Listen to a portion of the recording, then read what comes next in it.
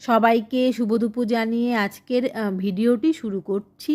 তো আজকে আমি তোমাদের ধনিয়া চিকেন করে দেখাবো। তার জন্য দেখো আমি চিকেনটাকে ভালো করে ধুয়ে পরিষ্কার করে নিয়েছি, আর ধনেপাতাগুলোকে আমি ধুয়ে নিয়েছি।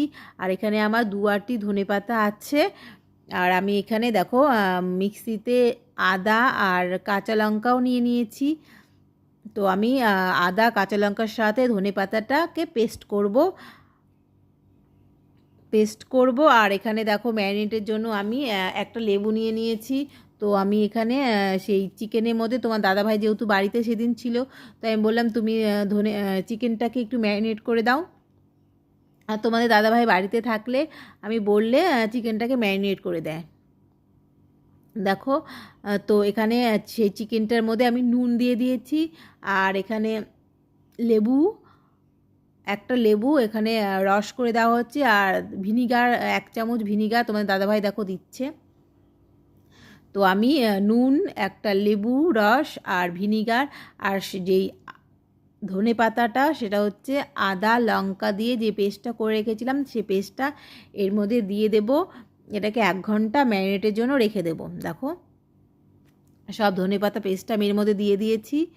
তো দেখো এটাকে ভালো করে মিক্স করতে হবে। তো দাদাভাই মিক্স করছে, আর ভালো করে মিক্স করে এটা পুরো আমি 1 ঘন্টার জন্য এটা ম্যারিনেট করে রেখে দেবো। তো 1 ঘন্টা ম্যারিনেট করা ছিল, তো 1 ঘন্টা বাদে দেখো আমি ওপরে একটু হলুদও দিয়ে দিয়েছি, হলুদ গুঁড়ো দিয়ে দিয়েছিলাম।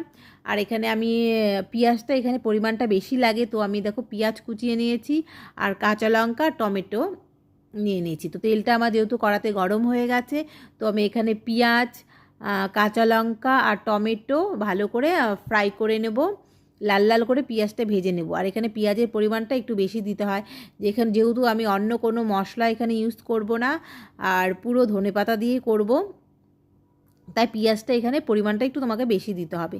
তো দেখো পেঁয়াজটা আমার পুরো লাল লাল করে ভাজা হয়ে গেছে, পেঁয়াজ টমেটো আর কাঁচা লঙ্কা ভাজা হয়ে গেছে। তো ম্যারিনেট করা চিকেনটা এর মধ্যে আমি দেখো দিয়ে দিয়েছি।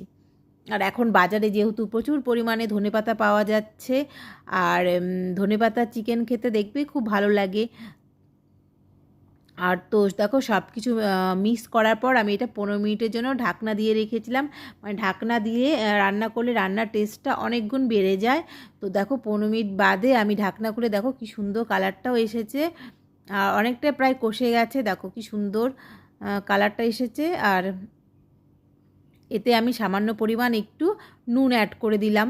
নুন আমি মানে ম্যারিনেটের সময় দিয়েছিলাম, তারপরে